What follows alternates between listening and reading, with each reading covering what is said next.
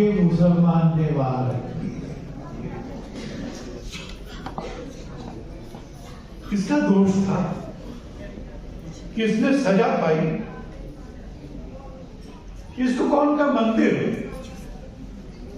और वो इस्कॉन का मंदिर ऐसा था जिसमें कोविड के दौरान वहां के सब लोगों को, जिसमें से अधिकांश मुसलमान थे, मुफ्त भोजन, दोनों समय पका हुआ भोजन और दवाएं दी थी। उस मंदिर को भी तोड़ दिया गया।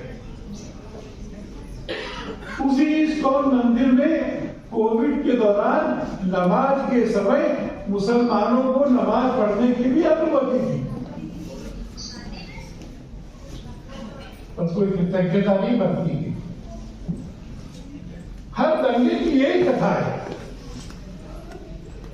वहां पे 1970 में 71 में जो मुक्ति वाहिनी का युद्ध हुआ, आवामी लीग, उसका नाम पहले आवामी मुस्लिम लीग था, उसका नाम बदल के आवामी लीग कर दिया गया था। मुक्ति वाहिनी ने लड़ा और इस आधार पे लड़ा कि बंगाल की भूमि ये बंगालियों की है, बंगला भाषा बोलने वालों की है, सब धर्म के लोगों का बराबर सम्मान होगा, बराबर स्थान होगा। 1 करोड़ से ज्यादा शरणार्थी भारत आए थे। हमने अपनी परंपरा के अनुसार उनको आदर से रखा था, भोजन दिया था। फिर भारत की सेना गई थी, वो लंबा युद्ध नहीं हुआ। पाकिस्तान की सेना ने घुटने टेक दिए थे। 95,000 लोग बंदी, 95,000 सैनिक बंदी हो गए थे। और सेकुलरिज्म के नाम पर, धर्मों की स्वाधीनता के नाम पर, मानव के मौलिक अधिकारों की रक्षा के नाम पर संविधान बना करके और शेख मुजीबुर रहमान प्रधानमंत्री बने। पर ऐसा कोई भी प्रयत्न, क्षमा करें, किसी भी मुस्लिम देश में स्थायी नहीं होता। लोकतंत्र बना रहे। पाकिस्तान में कितनी बार सैन्य शासन से बदलता है। 15 अगस्त 1975 शेख मुजीबुर रहमान की, उनके परिवार के सब सदस्यों की, 7 महीने के बच्चे की भी उनके घर में घुसकर हत्या कर दी गई। शेख हसीना उस समय विदेश में थी अपनी बहन के साथ में, ये दिनों बच गए। ये बंगाल में कितना परिवर्तन होता जा रहा था। मैं आते समय पढ़ रहा था भारत की आजादी की लड़ाई की कहानियां।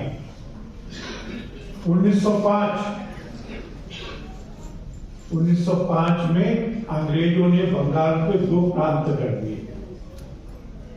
एक मुस्लिम बहुमत का था। 1905 में जब 2 प्रांत किए तो सारा देश उगल गया। इतना बड़ा विरोध हुआ कि 1911 में दोनों प्रांतों को अंग्रेज को फिर एक करना पड़ा।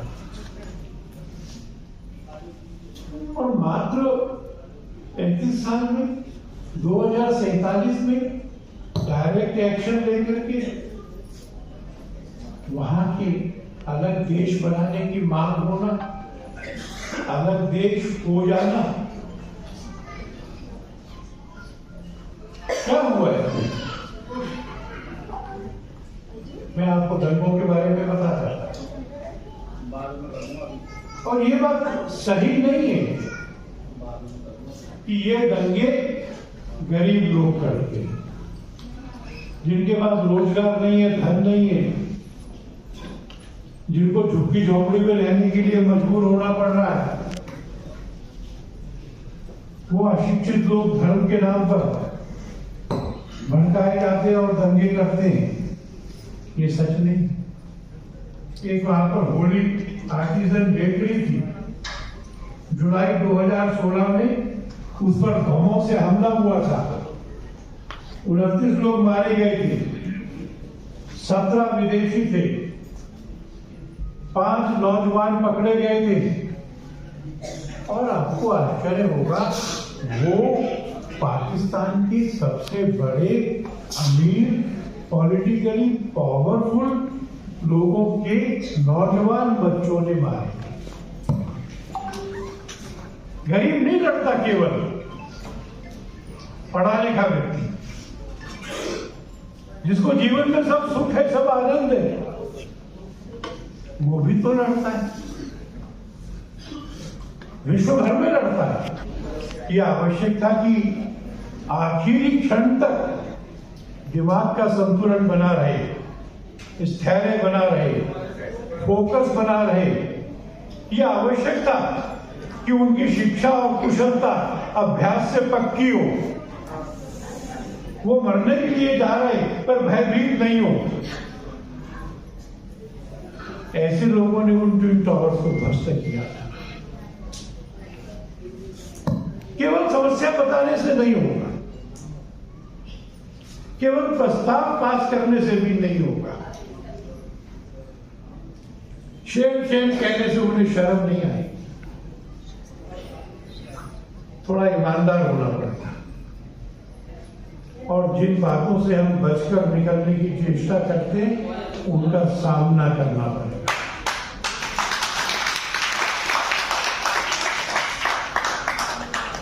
और इसलिए ये प्रश्न पूछना पड़ेगा कि वो कौन सी प्रेरणाएं हैं जो मुसलमानों के एक बहुत बड़े वर्ग को जिहाद करने के लिए प्रेरित करे। मैं सबके बारे में नहीं कह रहा, मैंने जिहाद के बारे में 2 अलग अलग परिभाषाएं पढ़ी हैं। एक जिहाद के बारे में जो श्रद्धावंत मुसलमान हैं, वो ये कहते हैं कि ये अपने अंदर के शत्रुओं से लड़ने का युद्ध है, और इसके लिए वो उपवास करते हैं 1 महीना तक। पर ऐसा मानने वालों की संख्या कम होती जा रही है।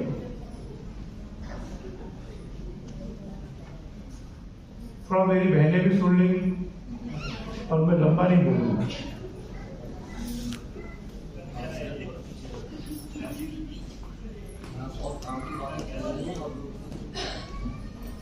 एक बहुत बड़ा वर्ग ऐसा है जो ये मानता है कि इस दुनिया के 2 हिस्से हैं।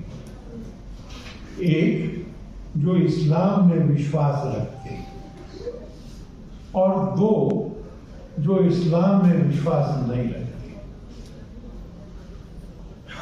और वो ये मानते हैं कि उनका धर्म ग्रंथ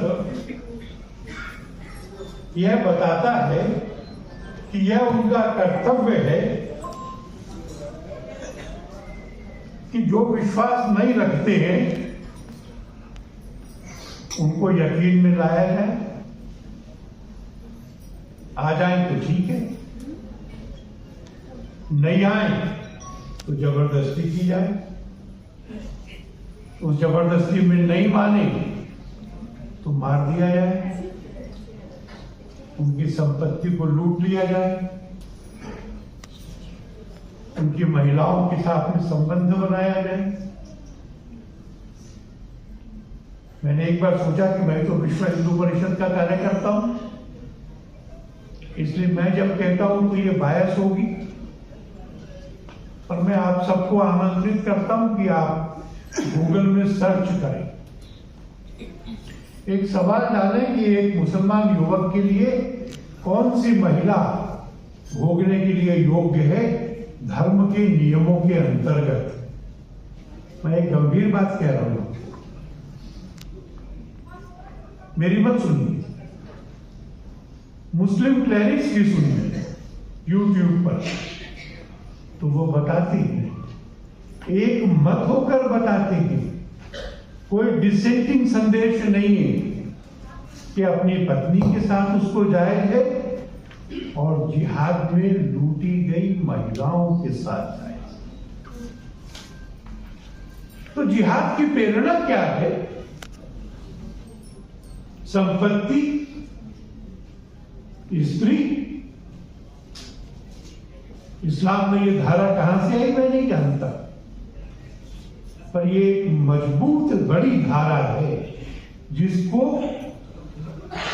वो उसका समर्थन अपने ग्रंथों से मानते हैं।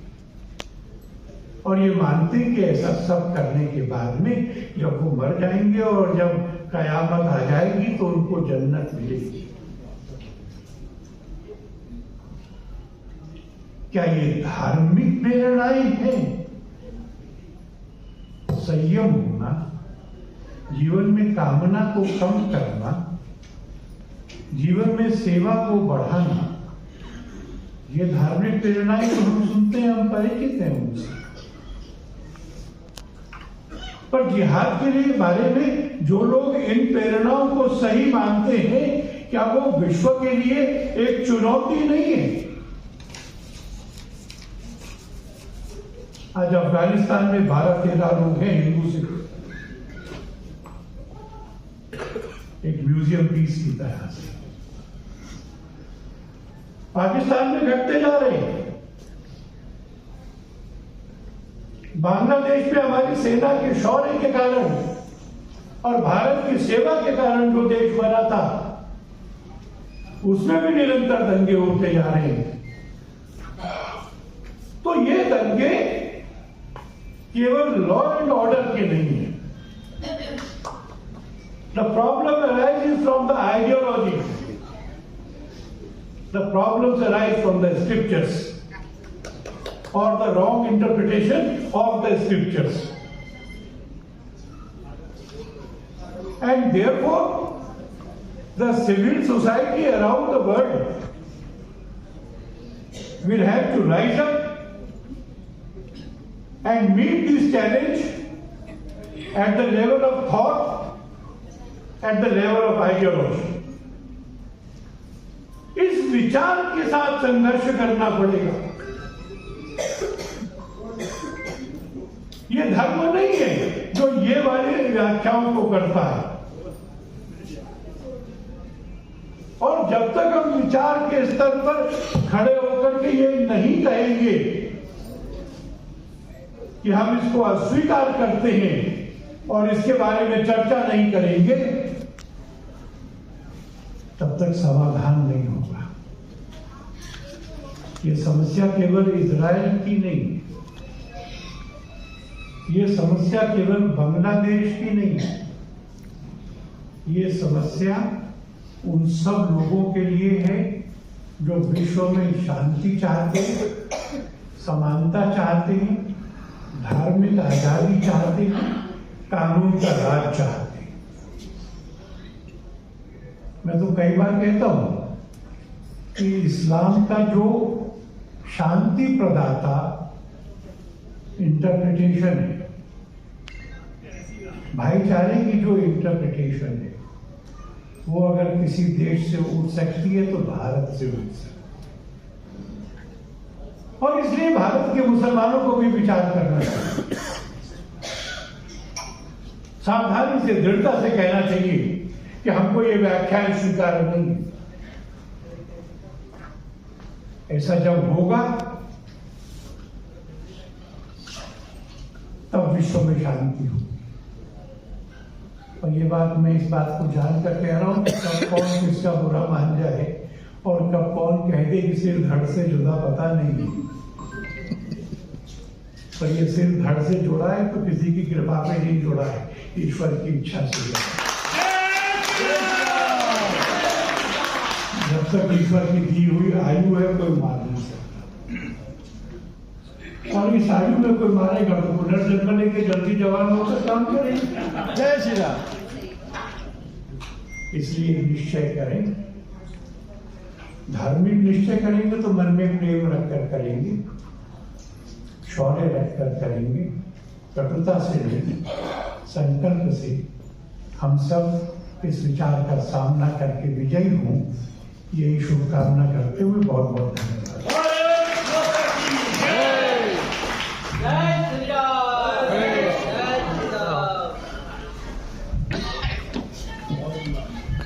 आपका बहुत बहुत धन्यवाद आलोक जी। Now I would like to invite Dr. Vijay Jolly back again to give a vote of thanks for Rupal. Okay. Just 2 minutes अगर we just trying to connect वो जो बांग्लादेश से हमने फोन पे कनेक्शन करना है, अगर वो हो जाता है तो हम आपको बताना चाहेंगे लाइव के वहाँ क्या हो रहा है। शारदा जी जो है वो 2 मिनट और हम देंगे। ये कॉल जो बांग्लादेश से पिछले 1.5 घंटे से वो बार बार कॉल कर रहे थे, वहाँ के बहुत ही प्रसिद्ध व्यक्ति हैं और बांग्लादेश की क्या वर्तमान में स्थितियां हैं, विस्फोटक परिस्थितियां हैं, अगर वो अभी मिल जाते हैं। आ गए? लाओ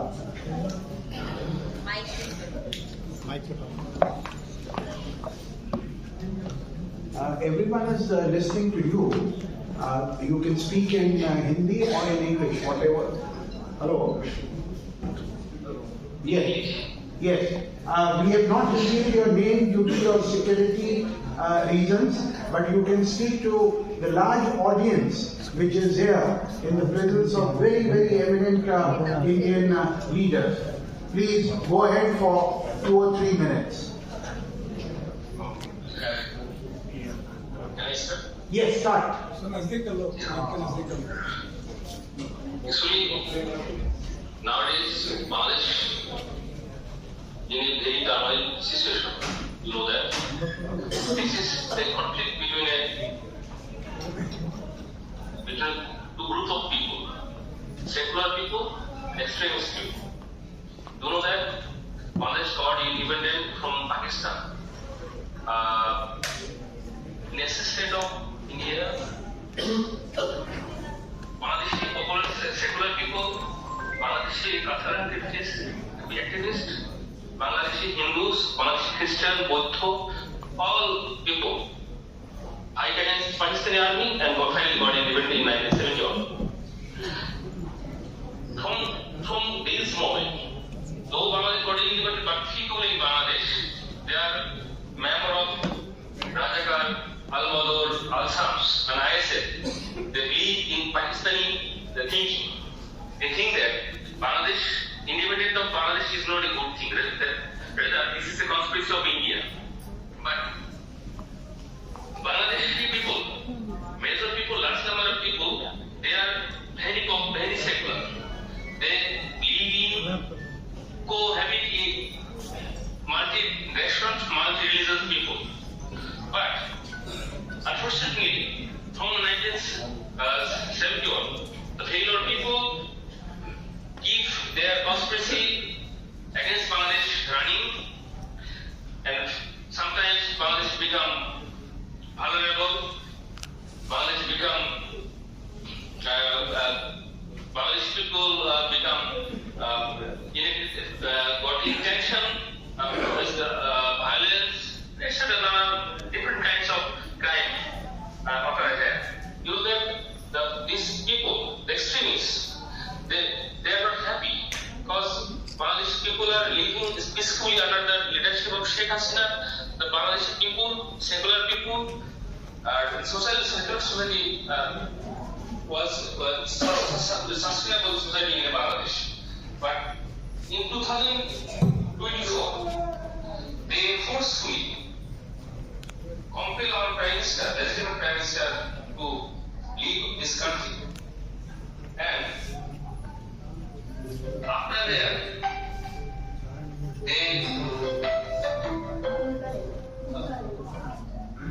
number of cases are being filed against the leader of workers, the supporter of only Hindus and cultural activists, because they think that the Bengali culture, people who nursing Bengali culture, they are pro-Hindus. That's why, though they are Muslim, but the extremists believe that they are pro-Hindus. That's why they are very much afraid about Bengali cultural activists and Hindus people. And they harass these progressive people. You know that in Bangladesh Awami League is the spokesman of the secular Bangladesh. They believe in independence, they believe in secularism, they believe in rule of law. That's why they also attack almost 60 to 70,000 attack workers in Bangladesh after 5th August.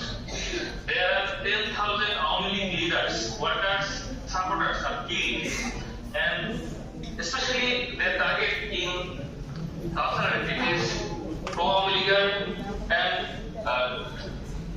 pro-Awami Leaguer journalists and Hindus, because they think that Hindus are pro-India, secular people are pro-India, progressive journalists are pro-India. That's why they agree on them. And then what they are doing here, this is called mob violence, mob attacking in every aspect of life in the state, judiciary and different government officials, high officials, lower officials. They attack on different type of educational institution and they forcefully resign them from their posts. It's a different kind of times is going on here.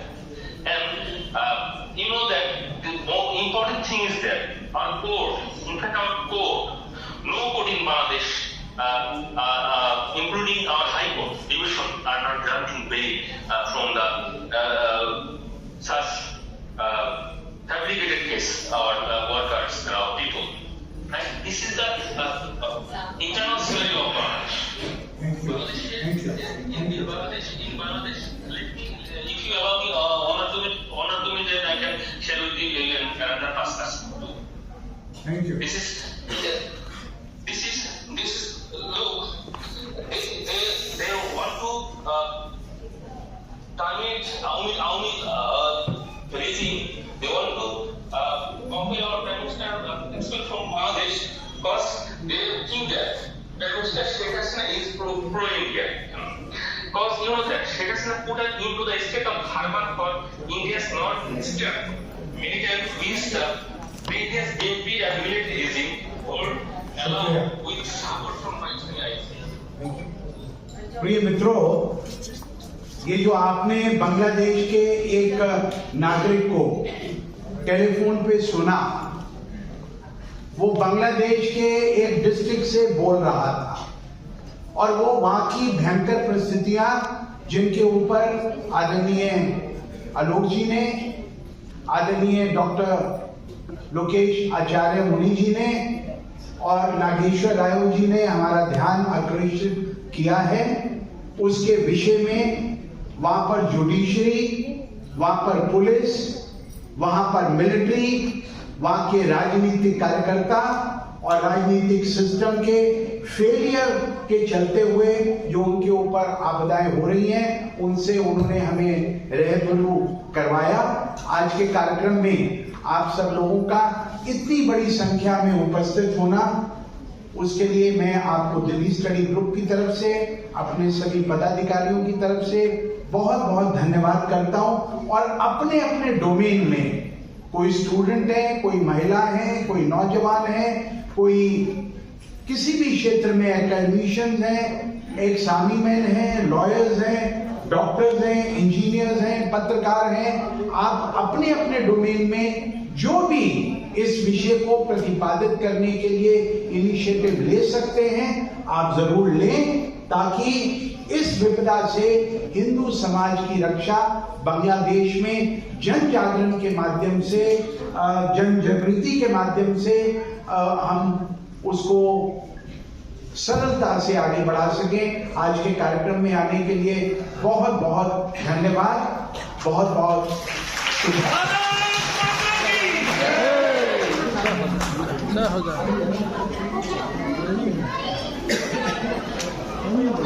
Invite Narendra Shamla ji, who is the former mayor of South Delhi and General Secretary of Delhi Study Group, to please come and take his seat. I invite Vijay Mehta ji, who is the Secretary for Delhi Study Group, to take his seat. And I invite Bhupinder Kansal ji, the Vice President of Delhi Study Group, to come and take his seat. Bhupinder ji, please आइए। आपकी contributions बहुत ज़्यादा हैं, आइए।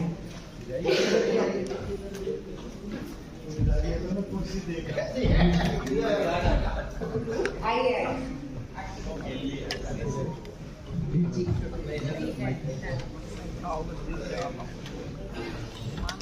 आप सब सबका बहुत बहुत स्वागत। हम इस बहुत ही गंभीर विषय पे आज जो है आप सब अपने मत रखने वाले हैं और हमारे जितने भी ऑडियंस हैं उनको ज्ञात कराने वाले हैं फैक्ट से कि बांग्लादेश में जो नरसंहार चल रहा है, हिंदू जेनोसाइड जो चल रहा है, हम सबको उसको जानना बहुत आवश्यक है। उसके रूट कॉजेस क्या है, उसकी हिस्ट्री क्या है, वो क्यों हो रहा है, क्या वो एक out of the blue consequence है या इट इज समथिंग जिसकी कुछ हिस्ट्री है, बहुत पहले से हिस्ट्री है। We will analyse all of that through our speakers today.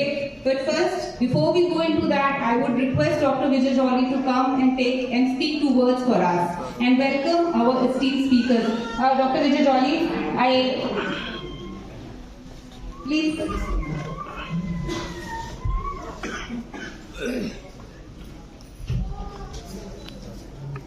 इससे पहले हम कार्यक्रम का आरंभ करें, Delhi Study Group, which is in operation for the last 33 years, as a prominent NGO in the capital, एक गैर सरकारी संस्था के नाते हम अपने दिल्ली स्टडी ग्रुप में अपने एक नए पदाधिकारी जो SC/ST कम्युनिटी को बिलोंग करते हैं,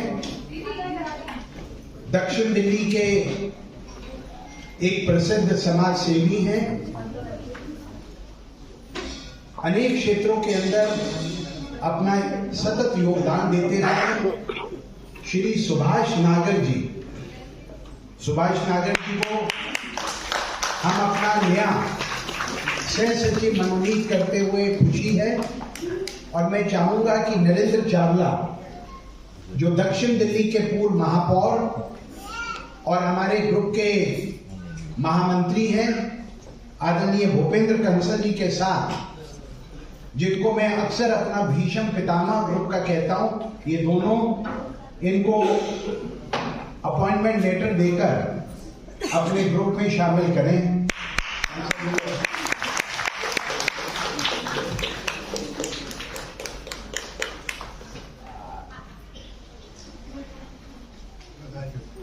मुबारक हो जी, स्वागत है। हो जाए।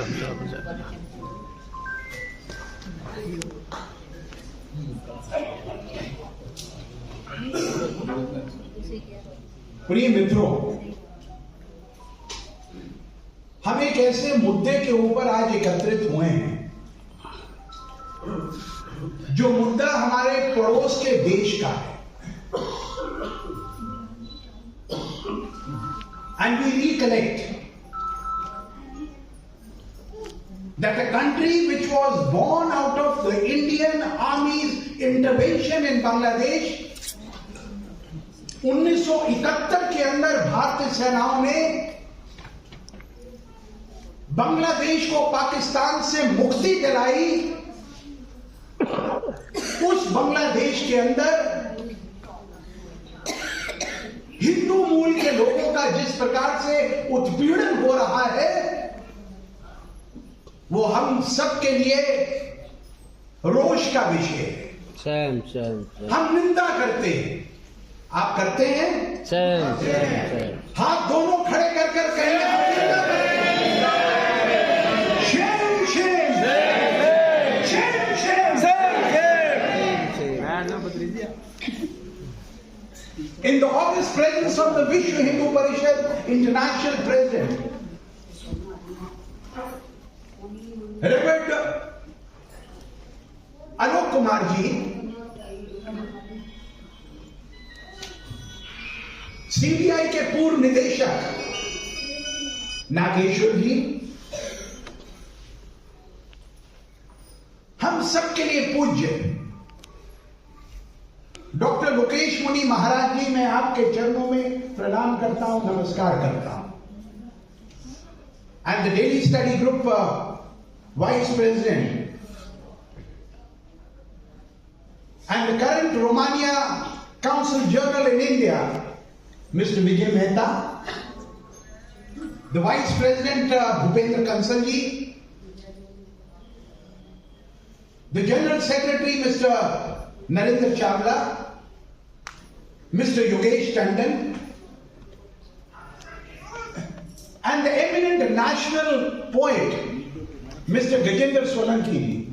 गजेंद्र जी कहाँ हैं? मुझे इसलिए याद है कि मैं पीछे से आपके लिए सीट यहां पे लेके आया।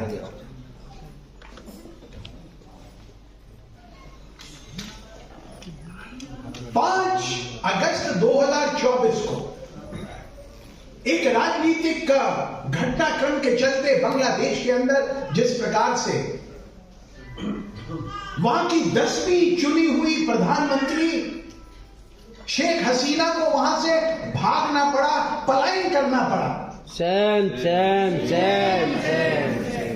और उसके बाद जो मेरे पास डाटाज हैं, United Nations human rights commissioner Volker Turk had reported that 650 innocent people were killed in Bangladesh. United Nations is not directed by India. United Nations is an independent body of all the global nations of the world. मैं दुनिया के 94 देशों का दौरा कर चुका हूं, लेकिन किसी भी देश के अंदर अगर यूनाइटेड नेशन की कोई रिपोर्ट आती है उसको ऑथेंटिक माना जाता है। लेकिन बांग्लादेश के अंदर उस रिपोर्ट के मुताबिक 650 लोगों को दौड़ा कर उनकी हत्याएं की गई। और मिनॉरिटी हिंदू, अल्पसंख्यक हिंदू समुदाय के 278 स्थानों के ऊपर और 48 जिलों के अंदर हिंदू अल्पसंख्यकों के ऊपर अटैक हुए, उनकी संपत्तियों को नुकसान पहुंचाया गया, हिंदू मंदिरों को तहस नहस किया गया, लड़कियों और महिलाओं के बलात्कार हुए। यह हम सब के लिए शर्म की बात है। इसलिए on behalf of the Delhi Study Group, which is in existence for the last 33 years, हमने आज की इस विरोध सभा का आयोजन किया।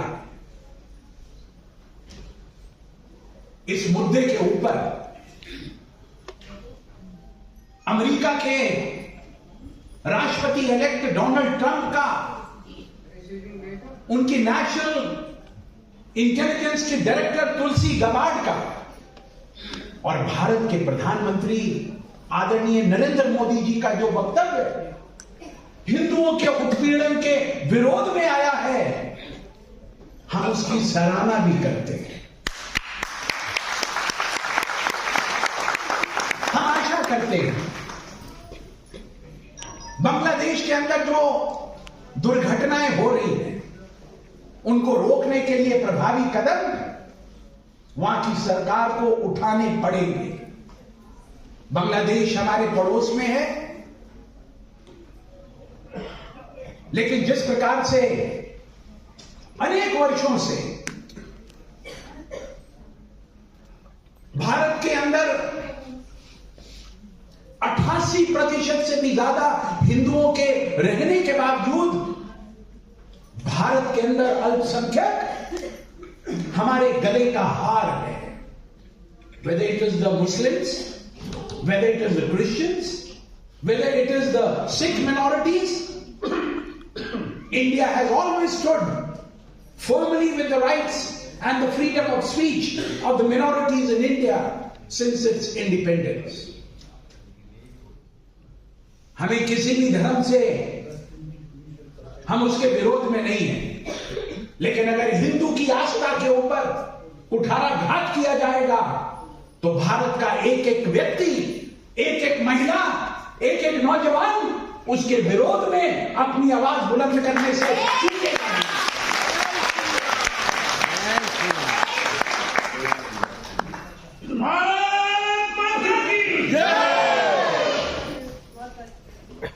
भारत माता की जय करना कोई कॉमन स्लोगन नहीं है. To say we love our motherland, to say we respect our mother and that land which has given birth to us. आज के इस कार्यक्रम में बहुत से देशों के विदेशी राजनयिक भी उपस्थित थे, इसलिए मैं हिंदी के साथ साथ अंग्रेजी में भी बोल रहा हूं ताकि उनको भी समझ में आ सके. My dear friends from various countries, the esteemed diplomats who have come, we only wish to reiterate, this meeting is not against anyone. This meeting is not against our immediate neighbor Bangladesh, whose creation was through the Indian Army in 1971 when I was a school-going student. But of course, we have a right to protest and in defense of the rights of Hindus, Hindus in Fiji, Hindus in Mauritius, Hindus in America, Hindus in Uganda, Hindus in Kenya, and Hindus in Pakistan, Afghanistan, and Bangladesh also. I wish to compliment the government of India, जिन्होंने समान नागरिकता संशोधन bill को लाकर जो प्रताड़ित अल्पसंख्यक समुदाय के लोग जो अफगानिस्तान के अंदर, जो बांग्लादेश के अंदर, जो पाकिस्तान के अंदर, उनको भारत की नागरिकता देने का एक मुद्दे के ऊपर अपना मत दिया. इसलिए आज की इस सभा में आपको अनेक विशिष्ट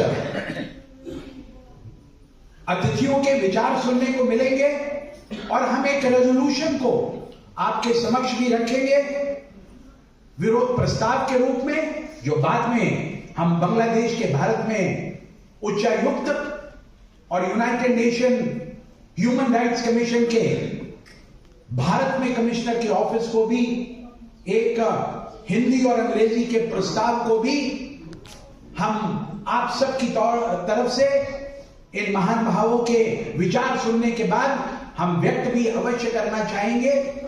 और मेरी आशा है कार्यक्रम के अंदर कुछ पावर पॉइंट प्रेजेंटेशंस भी होंगी. आप प्यार से, दुलार से और अपने उन हिंदू भाइयों को ध्यान में रखकर जिनके ऊपर इतनी बड़ी आपदा और आपत्ति के क्षण आन बरसे हैं, उनके सहयोग के लिए इस कार्यक्रम में अगले 1-1.25 घंटे आराम से बैठकर अपने कानों से वहां की स्थितियों को भी सुनेंगे. I have one person who will give a telephone call also from Bangladesh. एक व्यक्ति अभी बांग्लादेश से मोबाइल के जरिए हमसे जुड़ेगा भी. वो वहां का बहुत ही प्रतिष्ठित व्यक्ति है. हम उसका नाम नहीं बताएंगे ताकि हम उसकी सुरक्षा से कॉम्प्रोमाइज नहीं कर सकें. वो भी वहां की परिस्थितियों के ऊपर 5 मिनट कार्यक्रम के बीच में शालू कुमारी जी, जो हमारी सोशल मीडिया की कन्वीनर है, उनके फोन पे जुड़ेगा और आप उनको भी सुनेंगे. मैं आगे की कार्रवाई के लिए आज के कार्यक्रम की प्रणेता, जिन्होंने इस कार्यक्रम को करने के लिए हमसे बात करी और जो आज के इस कार्यक्रम को कंपेयर कर रही हैं, सुश्री ऋतु राठौड़ जी को आगे की गतिविधियां चलाने के लिए आमंत्रित करता हूं. आदरणीय ऋतु जी. भारत माता की जय. भारत माता की जय. जय श्री राम. जय Shri Ram. Dr. Vijay Jolly, I would like to welcome our esteemed speakers today.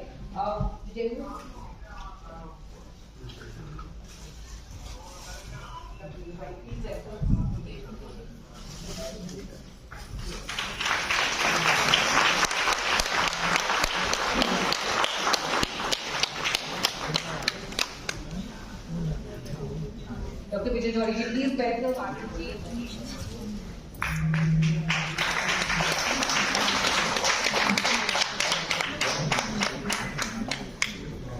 Dr. Vijay ji, please welcome Vijay Mehta ji.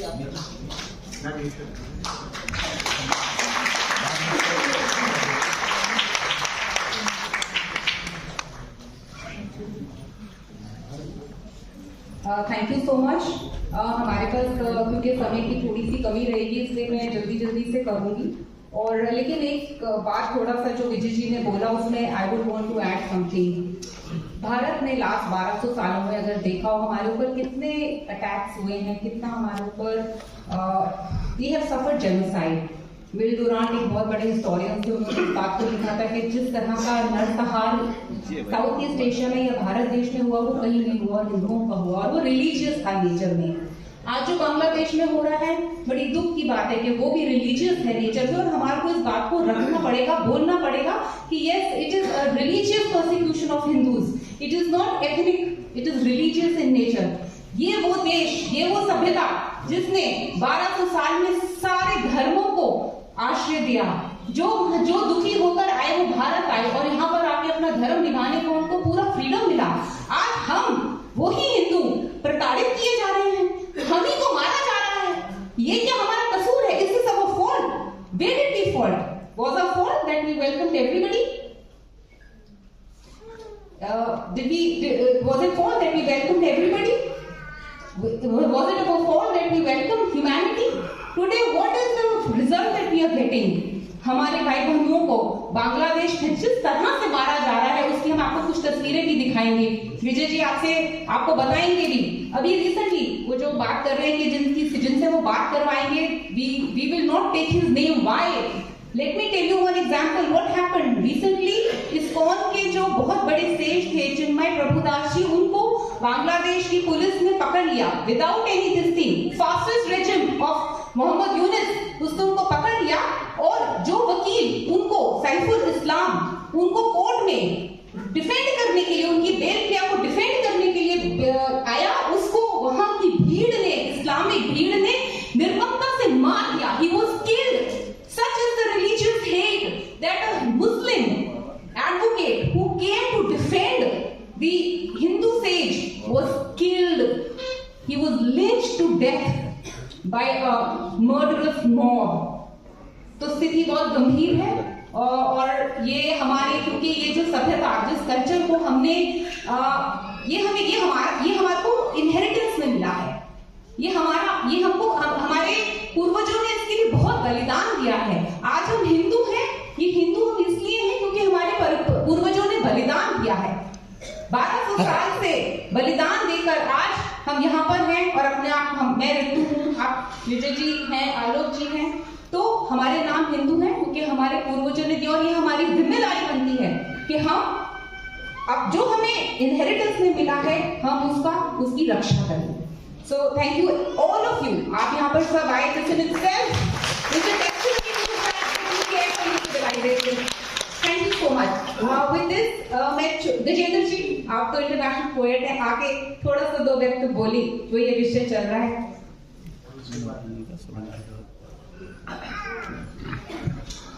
Bharat माता की जय। आपकी आवाज में जोश नहीं है, बोलो भारत माता की जय। परम पूज्य लोकेश मुनि जी महाराज, हमारे आदरणीय अंतर्राष्ट्रीय अध्यक्ष आलोक कुमार जी विश्व हिंदू परिषद के, आदरणीय हमारे भाई विजय जौली जी जो एक डायनामिक लीडर हैं, सामाजिक, सांस्कृतिक, धार्मिक, राजनीतिक सभी गतिविधियों में उनका जो आगे बढ़कर विषयों को लाना, दिल्ली स्टडी ग्रुप हो या मैं उनके साथ 25 वर्षों से लगभग एसोसिएशन में हूँ। आप अतिशयोक्ति मत समझिएगा, I have never seen A such a dynamic person. और प्रवासियों के बीच में जो काम उन्होंने किया वो भी अपने आप में अद्भुत है। मंच पर आसीन हमारे सभी गणमान्य व्यक्ति और यहाँ पर उपस्थित सभी धर्म प्रेमी, राष्ट्रभक्त सभी का अभिनंदन करता हूँ, वंदन करता हूँ।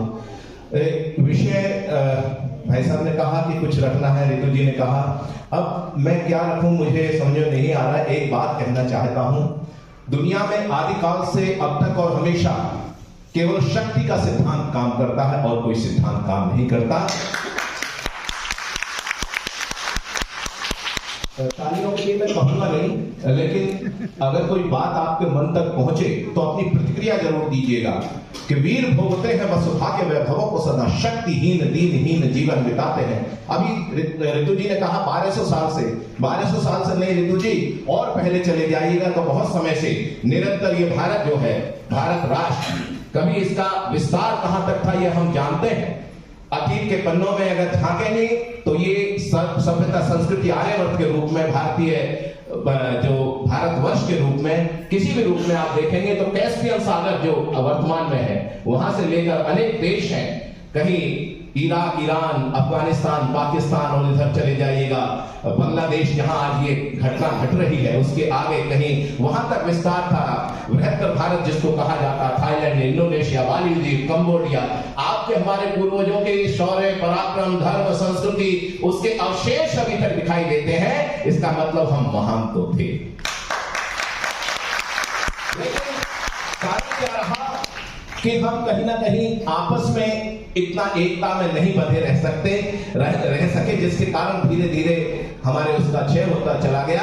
तब मैं कहना चाहता हूं कि वीर भोगते हैं बस भाग्य वैभवों को सदा, शक्तिहीन दीनहीन जीवन बिताते हैं, शस्त्र का संधान शक्ति का सदा रहा विधान। पृष्ठ इतिहास वाले यही बतलाते हैं, दानव दलन हेतु शस्त्र देवियों ने धारे, देवताओं के भी कर शस्त्र ही सुहाते हैं। आ गया समय तो शाम छोड़ अशु की लगाम, युद्ध हेतु ललकार चक्र भी उठाते हैं, युद्ध हेतु ललकार चक्र भी उठाते हैं। तो देश धर्म संस्कृति की जो रक्षा चाहते हो, युवाओं को शास्त्र समझ शस्त्र का भी ज्ञान दो। शिक्षा में अब देश है कहीं, हम सभी जानते हैं इजराइल में अपने नौजवानों को शास्त्र के पढ़ाई के साथ शस्त्र की शिक्षा दी जाती है। हर कोई व्यक्ति पहले वो सैनिक बनता है, उसके बाद किसी काम पे जाता है और रिजर्व फोर्स से पूरी दुनिया में काम करते हैं। लेकिन जब देश पर संकट आता है, उनके राष्ट्र पर संकट आता है, तो पूरी दुनिया के लोग वापस, जब युद्ध शुरू होता है तो अपने रिजर्व फोर्सेस, अपने काम धंधे बिजनेस सब छोड़कर वापस आ जाते हैं। इसका मतलब अपने जमीन होती है अपनी और गगन अपना ही होता है, हवाएं फूल खुशबू और चमन अपना ही होता है। बसाने घर कहीं और किसी मिट्टी के हो जाए, मगर है सच यही अपना वतन अपना ही होता है, मगर है सच यही अपना वतन। उनका क्या दोष? जिनके ऊपर ये आपदा विपदा आई है, उनका कोई दोष नहीं है, उनका कोई किसी प्रकार का अपराध नहीं है, लेकिन वो किस अपराध की सजा भुगत रहे हैं। ये हमारा जो भारत है, ये साउथ एशिया जिसको कहा जाता है, हजारों वर्षों से पांथिक साम्राज्यवाद, रिलीजियस इंपीरियलिज्म का शिकार रहा है और वर्तमान में भी वही चल रहा है। इससे लड़ने के लिए हमारी सरकार भी सोच रही है, माननीय मोदी जी भी कार्य कर रहे हैं और बहुत राष्ट्रवादी शक्तियां निरंतर लगी हुई हैं। मैंने कभी कहा था कि कितने दधीचियों ने अस्थियों का दिया दान साधना की, जिनका ये मिला वरदान है। अभी सुनेंगे लोग कृष्ण महाराज जी को तो आपके रगों में खून का प्रवाह ऐसा होने लगेगा कि जैन संत हैं, जैन समाज को कहीं अहिंसा के प्रतीक के रूप में जाना जाता है।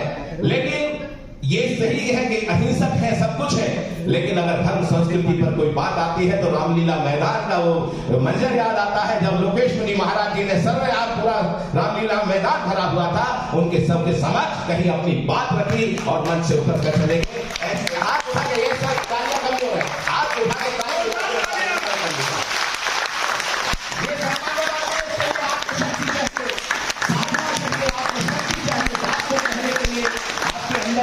होना चाहिए। अहिंसा परमो धर्म, धर्म हिंसा तदैव कहा जाता है, इसलिए कहा जाता है अहिंसा परम धर्म है, लेकिन धर्म की रक्षा के लिए हिंसा भी होती है, तो वो भी आवश्यक है। वहां जो पूरे पाकिस्तान की बात है, हम सभी जानते हैं, अफगानिस्तान पाकिस्तान जब भारत का बंटवारा हुआ तो ये 3 देशों में बंट गया भारत, और कहीं धीरे धीरे जो 25-30% पाकिस्तान में थे और वहां पर भी इतने ही % लोग थे, धीरे धीरे कम होते चले गए और आज स्थिति हमारे सामने है। तो इसलिए हम चाहते हैं कि ये जो सभा है, मैं दिल्ली स्टडी ग्रुप की इस प्रयास को बस एक बात कहते हुए मैं समापन करूंगा। और बात कहने को मेरे मन में बहुत सारे भाव हैं, लेकिन एक गीत पढ़ना चाहूंगा और उसमें गीत में ज्यादा कुछ नहीं, इतना ही कहना चाहता हूं कि जगह नहीं तो खो जाएगी भारत की पहचान। ये आप सोचिएगा, ये कहना नहीं है बांग्लादेश में हो रहा है, पाकिस्तान में हो रहा है। अगर आप इस बात को गहराई से सोचेंगे तो वो भी पाकिस्तान वो हमारे हिस्से थे, लेकिन बंटवारे के बाद में सब कुछ अलग होता चला गया। लेकिन आज भी हम चाहते हैं कि वहां कहीं शांति रहे, स्थिरता रहे, क्योंकि अगर पड़ोस में शांति स्थिरता रहती है तो हम भी सुरक्षित रहते हैं, हमारा राष्ट्र भी सुरक्षित रहेगा। इस बात को समझ के चलिएगा। और मुझे लगता है कि अगर कोई ऐसा अभियान भी चलाना पड़े वैश्विक स्तर पर, विश्व की शक्तियों को इस बात के लिए संज्ञान लेना चाहिए कि हिंदुओं की सुरक्षा पूरे विश्व में आवश्यक है। माननीय हमारे आलोक जी यहाँ पर विराजमान है, वो निरंतर कार्य कर रहे हैं अंतर्राष्ट्रीय स्तर पर, लेकिन जो भावनाएं हैं हम सबकी उससे जुड़ी हुई है अभियान से। और ज्यादा न बोलते हुए मैं इतना ही कहना चाहता हूं कि कितने दधीचियों ने अस्थियों का दिया दान साधना की, जिनका ये मिला वरदान है। एक दिन में 100 वर्ष शताब्दी मनाई जा रही है। कितने दधीचियों ने अस्थियों का दिया दान साधना की, जिनका ये मिला वरदान है। कितने ही दिनकर उदित हुए हैं यहाँ अंधेरों पे, जिनका ये विजय अभियान है। तो जीत रहा घनघोर तिमिर से उजियार, नवयुगी दिवाकरों की ये दिव्य शान है। और राष्ट्रवादी शक्तियों के दिव्य कर कमलों में मातृ भारती की आन और शान है। मातृ भारती की आन और शान है। भारत माता की जय श्री राम। बहुत बहुत धन्यवाद गजेंद्र जी। Now I invite Dr. Acharya Lokesh Modi ji to please come and give his speech on the current situation of Hindus in Bangladesh. Please give him a welcome with big round of applause. Thank you.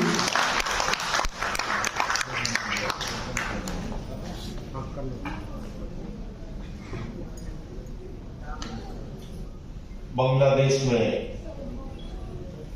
हिंदुओं पर हो रहे अत्याचार के विरोध में Delhi study group द्वारा आयोजित इस सभा में मंच पर उपस्थित विश्व हिंदू परिषद के अंतर्राष्ट्रीय अध्यक्ष doctor Alok Kumar ji, Delhi study group के अध्यक्ष भाई विजय जोड़ी जी, सीबीआई के पूर्व निदेशक भाई नागेश्वर राव जी, विजय मेहता जी, नरेंद्र चावला जी, भूपेंद्र कांसल जी, और अभी गजेंद्र सोलंकी जी ने एक ऊर्जा भरी सभा के अंदर कविता के माध्यम से, मैं इस सभा में सर्वप्रथम हमारे हिंदू समाज के एक महान संत जो बांग्लादेश में रह करके हिंदुओं की लड़ाई लड़ रहा था, आवाज उठा रहा था और बिना किसी अपराध के उन्हें जेल में डाल दिया गया, मैं उसकी घोर निंदा करता हूं। और बांग्लादेश सरकार से तत्काल रिहाई की मांग करता हूं। और मैं कहना चाहता हूं कि बांग्लादेश के प्रमुख जिन्हें नोबेल पीस प्राइज से सम्मानित किया गया, मुझे लगता है मजबूरन मुझे ये मांग करनी पड़ेगी कि पीस प्राइज वापस लिया जाए। जिस तरह से हिंदुओं पर अत्याचार हो रहा है, बांग्लादेश की एक छवि रही है लचीलेपन की, आज वो खंडित हो रही है और पूरी दुनिया देख रही है। मैं संयुक्त राष्ट्र संघ से भी, भारत सरकार से भी आलोक जी की मौजूदगी के अंदर मांग करना चाहता हूं कि वो दखल ले और हमारे हिंदू भाइयों पर जो अत्याचार हो रहे हैं, जो उत्पीड़न हो रहे हैं, हमारी माताओं और बहनों के साथ जो जाति हो रही है, और हमारे चिन्मय प्रभु जी की जो जिस तरह से गिरफ्तारी हुई है, वो दखल अंदाज देकर के मानवाधिकारों की सुरक्षा करे और बांग्लादेश पर प्रेशर बनाए और तत्काल उन्हें रिहा कर दिया जाए और हिंदुओं पर जो अत्याचार हो रहे हैं उस पर लगाम लगे। ये बहुत लंबे चौड़े भाषण का विषय नहीं है, किंतु मैं मानवाधिकार संगठनों से भी कहना चाहता हूं, जो हर समय मुखर होते हैं, इस समय वो मौन क्यों है। और मैं बांग्लादेश सरकार से भी कहना चाहता हूं, ये लोकतांत्रिक देश के लिए उचित नहीं है और उसकी अपनी छवि जो है वो पूरी दुनिया में धूमिल हो रही है। मैं पुनः इस अवसर पर संपूर्ण जैन समाज की ओर से और हमारे हिंदुस्तान के सर्वधर्म संसद की ओर से मैं ये मांग कर रहा हूं कि तत्काल हिंदुओं पर हो रहे अत्याचार उस पर लगाम लगाई जाए, हमारे प्रभु चिन्मय प्रभु को तत्काल रिहाई की जाए और जो भी अत्याचार अन्याय हो रहा है उसके लिए भारत सरकार भी तत्काल दखल लेकर के उस पर लगाम लगाए। इन्हीं शब्दों के साथ मैं विजय जोली जी को जरूर इस बात के लिए साधुवाद देना चाहूंगा। मैंने देखा है कि दिल्ली स्टडी ग्रुप जब कोई समाज में एक विषय होता है तत्काल उसके ऊपर जो है कार्य करते हुए सक्रियता से आगे आते हैं। और आज इस समाज में आप देख रहे हो ये हमारे कॉन्स्टिट्यूशन क्लब का ये जो है स्पीकर हॉल खचाखच भरा हुआ है। और मैं कहना चाहूंगा मेरी मांग के साथ अगर भाई लोग सहमत हैं कि हमारे चिन्ह प्रभु की तत्काल रिहाई हो और हिंदुओं पर अत्याचार रुके तो आप दोनों मुट्ठी तान करके हाथ उठा करके इस बात का समर्थन कीजिए प्रभु चिन्मय मिशन की तत्काल रिहाई हो, प्रभु चिन्मय प्रभु की तत्काल रिहाई हो, बांग्लादेश में हिंदुओं पर अत्याचार बंद हो, बांग्लादेश पर महिलाओं और बच्चों के साथ अमानवीय व्यवहार बंद हो। मैं आपसे कहना चाहता हूँ अभी 2 घंटे पूर्व की रिपोर्ट में आपको दे रहा हूँ हमारा एक काली माता मंदिर ढहा दिया गया है। प्रति क्षण ऐसा कुछ हो रहा है और इसलिए मैं आपसे निवेदन करता हूँ कि आप भारत सरकार के प्रधानमंत्री से बात करके इस पर तत्काल जो है रोक लगाए। और उसके लिए हम सब मिलकर के भारत सरकार से भी मांग कर रहे हैं, संयुक्त राष्ट्र सरकार से भी मांग कर रहे हैं कि वो बांग्लादेश पे प्रेशर बनाए और तत्काल जो है हिंदुओं पर अत्याचार बंद हो।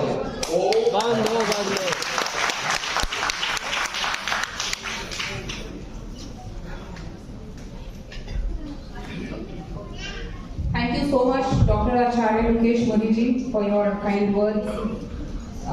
Now I would like to invite former Director CBI, Nageshwar Rao ji, to give a small presentation. थोड़ा सा इनके बारे में जब तक वो आते हैं बता देती हूँ कि ये मूवमेंट भी रन करते हैं इक्वल राइट्स फॉर हिंदूज। अपने कार्यकाल में भी आराम से काफी काम करते रहे सिविलाइजेशनल कॉजेस के लिए। बहुत से आर्टिकल्स लिखते हैं, प्रोफिलिक राइटर हैं, बहुत से कॉन्फ्रेंसेस में अपने भाषण दे चुके हैं। और इनकी एक स्पेशलिटी है कि ये रूट कॉज एनालिसिस कि ये क्यों हो रहा है उस पर बहुत ज्यादा ध्यान देते हैं। तो अभी ये एक प्रेजेंटेशन देंगे, मैं चाहूंगी आप सब उसको बहुत ध्यान से सुने ताकि हमें ये समझ में आए कि बांग्लादेश में जो हो रहा है वो क्यों हो रहा है और उसका क्या समाधान हो सकता है। I welcome you.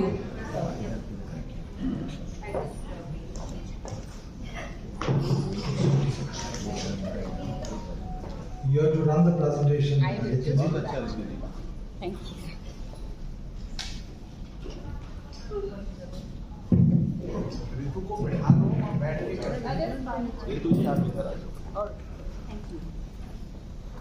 At the outset, I congratulate Dr. Vijay Joly ji and his Delhi study group for organizing this very important meeting. In fact, it is a sad state of affairs that we are 110 crore Hindus in the world. We have not organized even 110 meetings protesting against the genocide of Hindus in Bangladesh. It shows so much apathy, indifference to the sufferings of our own people. So, therefore, I once again congratulate Dr. Vijay Joly ji for taking this initiative, and I also thank him for having me with you all for this event. पूजनीय Lokesh Modi ji, Alok Kumar ji, Vijay Mehta ji, and other persons on the dais, distinguished guests, ladies and gentlemen. ये भारत जो बांग्लादेश में जो नरसंहार क्यों हो रहा है, ये कैसा हुआ, उसका जो समस्या का मूल कारण क्या है, कहाँ से उत्पन्न हुआ, उस बारे में मैं थोड़ा जानकारी देना चाहता हूँ। बिकॉज इसका ऊपर बहुत लिख सकते हैं, बहुत लिखा भी है। Is it working? Oh. The projector is off. Laptop is not working? No, it's working. The projector is off. The lights are to the side. Okay.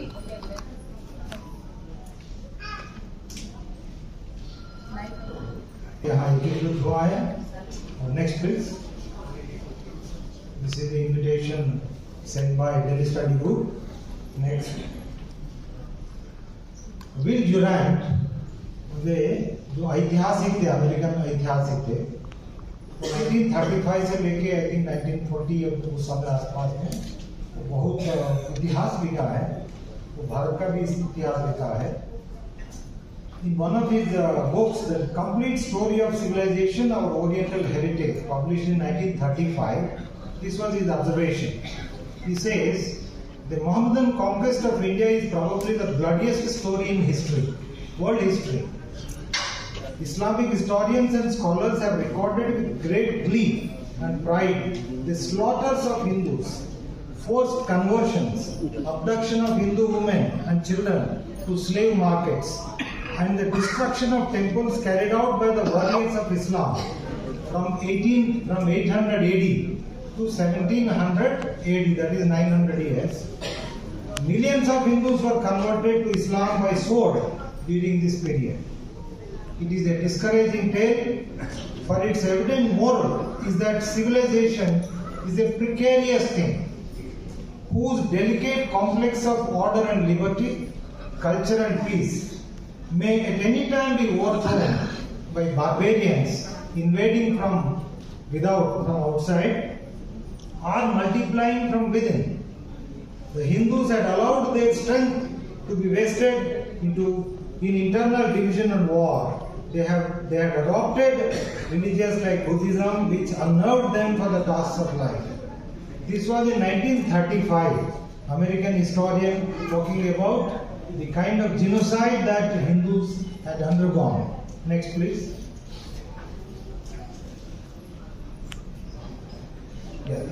As we all know, Islamic invasion in India started in 711 CE, that is Common Era, with the Muhammad bin Qasim attacking Sindh. And Hindus fought so valiantly. It took 1,000 years for the present day Pakistan to become Muslim majority.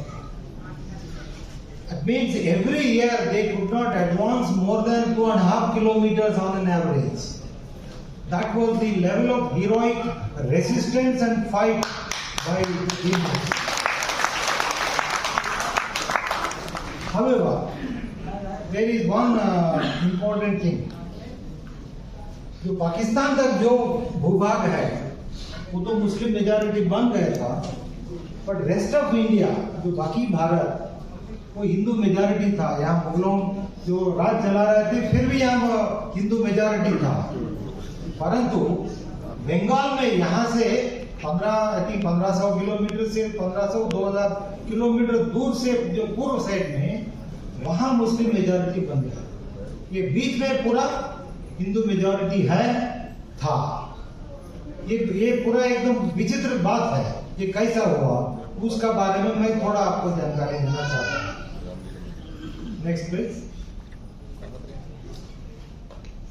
Bengal के ऊपर जो Islamic दुराक्रमण जो हुआ पहली बार 1204 में मोहम्मद बख्तियार खिलजी, वो सेना जो डायनेस्टी था, राजवंश था, उसको मार के वो वहां राज स्थापन किया 1204.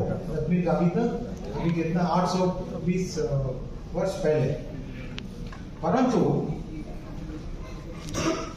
Bengali Hindus they fought as valiantly as other Hindus, and for 300 to 400 years they fought so much that the Muslim population up to 16th century was minuscule, बहुत कम हो. जितना जो बख्तियार खिलजी और जितना जो मुस्लिम राजा लोग ने जो उसका दुराक्रमण जो ये किया था, फिर भी उसका जो मुस्लिम मेजॉरिटी या मुस्लिम पॉपुलेशन ज्यादा बढ़ नहीं पाया, बड़ा up to 300 to 400 years. But things changed from 16th century. This is India map. आपको दिख रहा है? Yes. ये जो ऊपर जो ये गोल है, that is पाकिस्तान साइड है, वेस्टर्न इंडिया जो मुस्लिम मेजॉरिटी बना था. इस साइड में अभी जो बांग्लादेश है, इस साइड में भी जो मुस्लिम मेजॉरिटी बना है। अभी सरप्राइजिंगली ये विश्व में अरबों के बाद बंगालियों सबसे ज्यादा मुसलमान है। विचित्र की बात है। But how did this happen? How did so much Muslim population emerge in Bengal, so distant from Middle East? आप अरब से मक्का मदीना से देखे इतना दूर है, इवन पाकिस्तान से भी 2000 किलोमीटर दूर है। How did this emerge? But whereas in other parts of India, South India, middle, जो मध्य भारत और इवन जो गंगा बेल्ट और जो हिमालय, ये सब में तो कोई ये मुसलमान मेजॉरिटी नहीं हो पाया। ये कैसा हो? इसके बारे में एक अमेरिकन हिस्टोरियन है, वो पहले भी जो बिल ड्यूरेंट था 1930 में, वो भी अमेरिकन हिस्टोरियन था। अभी जो रिसेंटली जो लिखा है वो भी एक अमेरिकन हिस्टोरियन है। वो एक पुस्तक लिखा है the rise of Islam on the Bengal frontier 1204 to 1760। उसमें वो लिखा है that in the typical genre of what he said, in the typical genre of Islamic apology and negationism, that means कुछ नहीं हुआ है, ऐसा forced conversion है, जबरदस्ती किसी का धर्मांतरण नहीं हुआ, ऐसा बोल के जो चल रहा था ये। He theorizes out of thin air that Islam in Bengal was not a product of forced conversion, but a matter of environmental, socio-economic and temporal specificity of Bengal in 16th century. वो बोलते हैं 16th century 12 मैंने जो 12th century 13th century से लेके 16th century तक मुसलमान majority नहीं बन पाए बंगाल में, परंतु 16th सेंचुरी हुआ है। और उसका कारण ये बोलते हैं वो जो सामाजिक कारण, वो पर्यावरण के कारण, इस आर्थिक कारण, इसी कारण से वो वहाँ मुस्लिम मेजॉरिटी बना है। ये सब इससे सबसे बड़ा झूठ और कुछ नहीं है। Next please. But the question is, जो 16th सेंचुरी में जो पर्यावरण थे, जो सामाजिक आर्थिक व्यवस्था थे, वो सब तो इससे पहले भी था, उस समय क्यों नहीं बन पाया? और उसके बाद में बंगाल का जो सराउंडिंग एरिया, उधर असम, इधर बिहार, इधर उड़ीसा, ये इस एरिया में भी जो सामाजिक परिस्थिति, जो पर्यावरण है, एक ही है, एक ही है, उधर इतना तो अंतर नहीं है। So my point is that the Bengali Muslims, whether they are in Bangladesh or in India, they are not product of peaceful conversion. They are product of forced conversion. But how did this forced conversion happen? The question is, जब 300 साल जो हिंदू बंगाली हिंदू ने इतना जो दुराक्रमण को जो प्रतिघटन किया है, विरोध किया है, युद्ध किया है, परंतु वो 16th सेंचुरी से 300 साल के बाद ये क्यों हुआ है? इसका कारण ये है, मैं क्षमा करता हूं सभी हिंदू बंधुओं को और बाकी सभी को। क्यों? हम सच जानना चाहिए। इतिहास का मतलब है सच जानना चाहिए। जब हम सच जानते हैं, जब हम सच जानते हैं, then only we can find solution. अगर कारण का मूल कारण क्या है, किसी समस्या का मूल कारण क्या है, जब हमको जानकारी नहीं मिलता है, हम उसको समाधान कभी नहीं कर पाएंगे। इसमें किसी का मेरा ये नहीं है। चैतन्य महाप्रभु जी, ये बहुत, मैं उसको बहुत मानता हूँ। मैं उसका जो मणिपुर में काम कर रहा था, DIG CRPF, जो 2005 से 2006 तक, उसका एक चैतन्य महाप्रभु का एक बड़ा ये शिष्य था, शांति दास। हमने एक गांव को जो प्रतिष्ठा वहाँ जो स्थापन किया था, बिकॉज CRP कैंप वहाँ लगवाया था, उस गांव का नाम मैं शांति खुनाव नाम में उसको दिया, बिकॉज मैं उसको मानता हूँ। मैं सो देयरफॉर आप किसी अलग मत सोचना, मैं जब जो ऐतिहासिक जो विषय सच बोल रहा हूँ।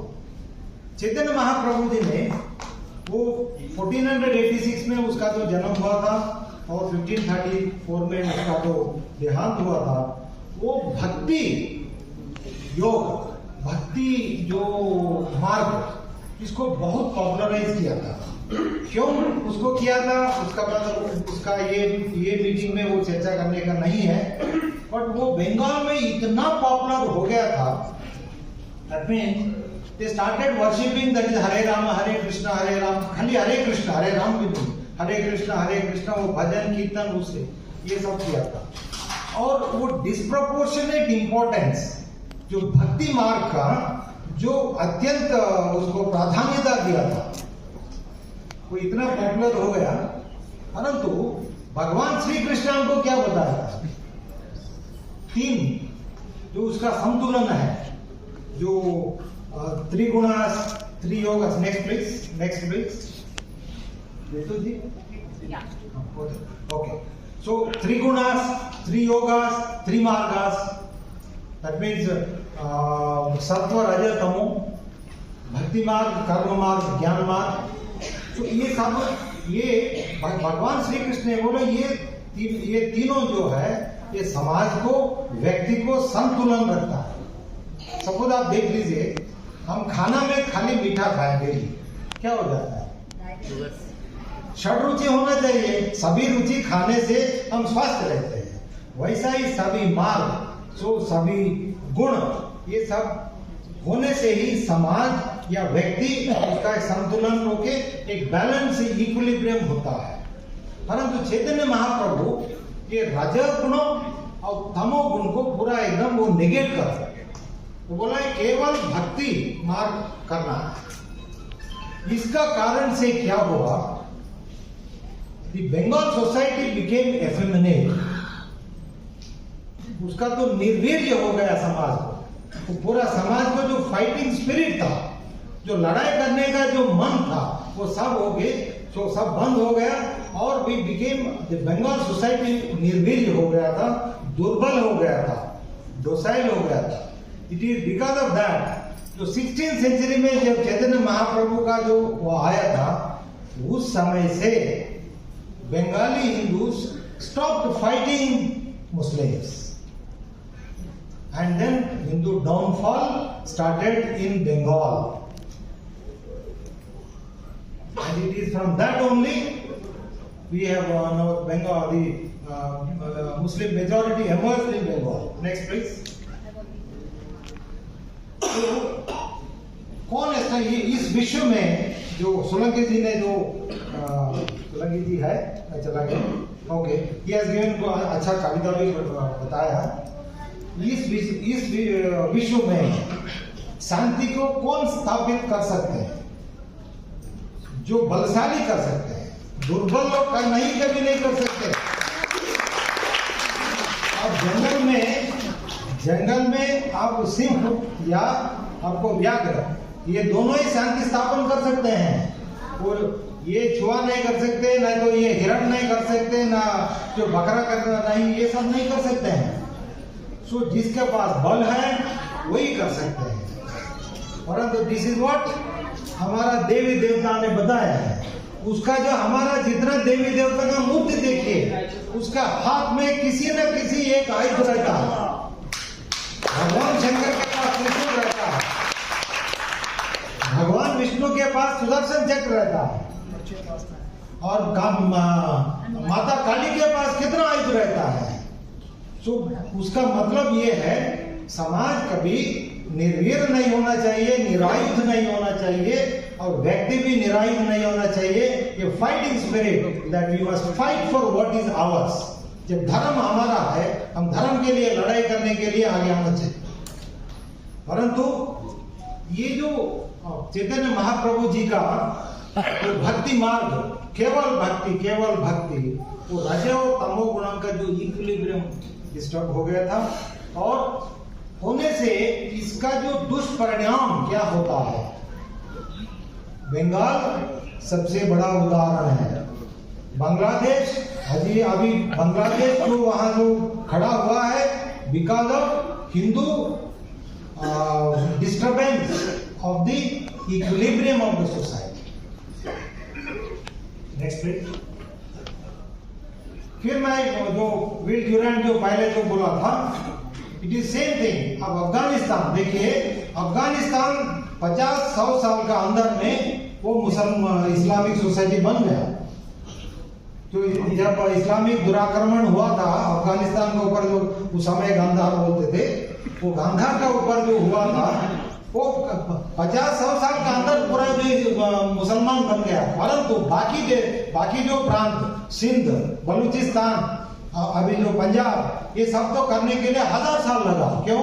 वहां हिंदू थे। अफगानिस्तान में बुद्धिस्ट बन गया। बुद्धिस्ट पैसिफिक रिलीजन है, अहिंसा परमो धर्म, धर्महिंसा तदैव जयते। वो खाली ऊपर वाला लाइन लेके चला है और नीचे वाला लाइन वो भूल गया था। धर्महिंसा तदैव जयते वो भूल गया था। उसी वजह से अफगानिस्तान 100 साल के अंदर मुसलमान बन गया। whereas it took 1000 years for rest of India, particularly northwest India, to become Muslim majority. So next please. And then so therefore जो डॉक्टर मोदी जी यहाँ है, मैं उसका थ्रू में और आलोक कुमार जी का माध्यम से, उसका माध्यम से मैं वो अनुरोध करता हूँ, जितना हमारा जो प्रवचन हो रहा है, हमारा जो गुरु प्रवचनकार जो देते हैं, कभी भी मत बोलना है अहिंसा परमो धर्म। जब बोलना है तो वो सेकंड स्टैंजा भी बताइए। हिंदू समाज को निर्वीर्य मत कीजिए, हिंदू समाज को बलोपेत कीजिए। और माताओं से, जितना माताओं है, आपका बच्चा लोग को भी वो ये डराना नहीं है। ऐसा नहीं है उसको तो दुष्कर्म करने के लिए प्रोत्साहित करें, मैं ये नहीं बोलता हूँ।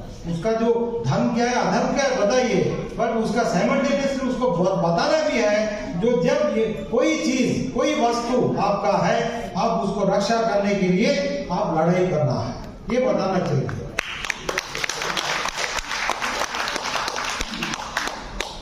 Then हिंदू जिनोसाइड इन 1947, जो पार्टीशन का समय आता हूँ, बीच में तो बहुत साल हो गए। मुस्लिम लीग जो 1947 था, वो पूरा hello bent on Muslim league चाहते थे, जो स्वाधीनता संग्राम जो होने का समय, वो चाहते थे हम पाकिस्तान बनाना चाहिए, मुस्लिम जो मेजॉरिटी एरियाज है हम पाकिस्तान बनाना चाहिए, और कांग्रेस उसको अपोज किया था। जनवरी 1946 में इलेक्शन हुआ था। पूरा जो उस समय जो ब्रिटिश इंडिया का जो इलेक्शन हुआ था, उस समय उस इलेक्शन में 9 out of 10 Muslims, that means every 10 Muslims, that means अगर 10 मुसलमान लेके, that means 90% of the Muslims they voted for Pakistan। जनवरी 1946 में जो इलेक्शन हुआ था, 90% of the Muslim voted for creation of Pakistan। उसका डेटा ये है। परंतु जब भारत का विभाजन हुआ था, 90% of the Muslims stayed back in India। इसका कारण क्या है वो तो बहुत है आपको। और नेक्स्ट प्लीज। उसी समय जब भारत का विभाजन हुआ था, अलग अलग एस्टिमेट करते हैं 2 लाख से लेके 20 लाख तक जो लोगों को मर गया था। परंतु उसका एग्जैक्ट फिगर तो बिकॉज उसका स्टडी तो ठीक नहीं हो पाया, अभी तो एविडेंस भी नहीं है। सो इवन जो 2 लाख से लेके 20 लाख में, उसमें से अधिकांश लोग हिंदू थे। क्यों हिंदू थे? बिकॉज जब 90% मुसलमान यहाँ रह गया है, या इधर से उधर जाने वाला कम है, बट सब लोग उधर से जो आने वाला था हिंदू, उसको they were violated, abducted, raped and killed। same। And हमारा संविधान कल थे संविधान का जो दिवस, हमारा संविधान में एक शब्द भी नहीं है कि भारत का विभाजन हुआ था। अगर जो संविधान आप पढ़े, उससे ये पता लगता है भारत का भी विभाजन नहीं हुआ था।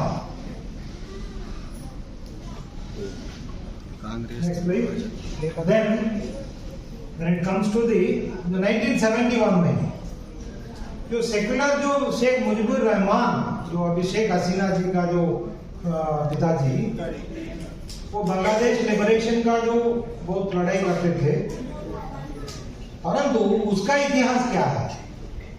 वो मुस्लिम लीग का लीडर थे। 1946 में जब मोहम्मद अली जिन्ना ने डायरेक्ट एक्शन कॉल दिया, दैट मीन्स डू और डाई, डायरेक्ट एक्शन, पाकिस्तान चाहिए, उसका ये एक रूपकल्पना करने वाला जो रूपकल्पना किया था, उसमें से ये भी एक मेंबर था, शेख मुजीबुर रहमान।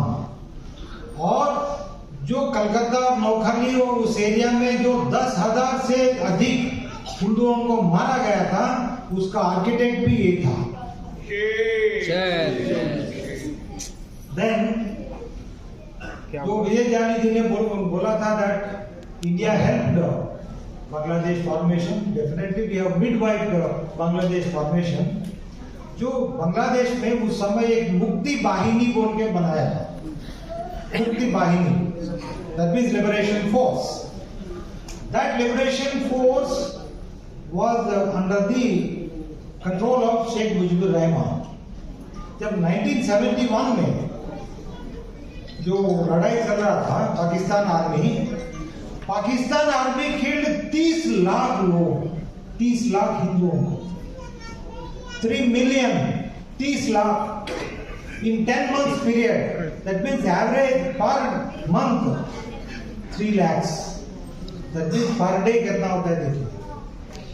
परंतु जिस मुक्ति वाहिनी को हमने खड़ा किया था, भारत खड़ा किया था, वो लोग कभी भी एक हिंदू को भी बचाने के लिए प्रयास कभी नहीं किया था। जो डॉक्टर विजय जानी ने बोला था क्यों हम किया था, फिर जो वो लोग क्यों हमारा जो क्यों why are they not grateful to us? So this is the history of Mukti Bahini. This is the history of killing of Hindus in Bangladesh during Bangladesh liberation.